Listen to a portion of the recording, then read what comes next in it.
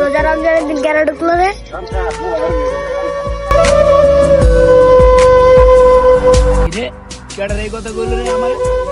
হুজুর হুজুর ওই যে রোজা রমজানের দিন ওই না বইয়া তাস সিগারেট খাইতেছে। আসলে ভাই হয়েছে কি, আল্লাহর কথা তো কারো মনে থাকে না, তারপরে তারা নিজেদেরকে মুসলমান দাবি করে। হ্যাঁ ভাই, রমজান মাস আমাদের পরিবর্তন হওয়ার একটা সময়, আর ওই সময় আমরা রোজা রাখি না। আল্লাহ আমাদেরকে মাফ করুক আর ভাইদেরকে হেদায়েত দান করুক।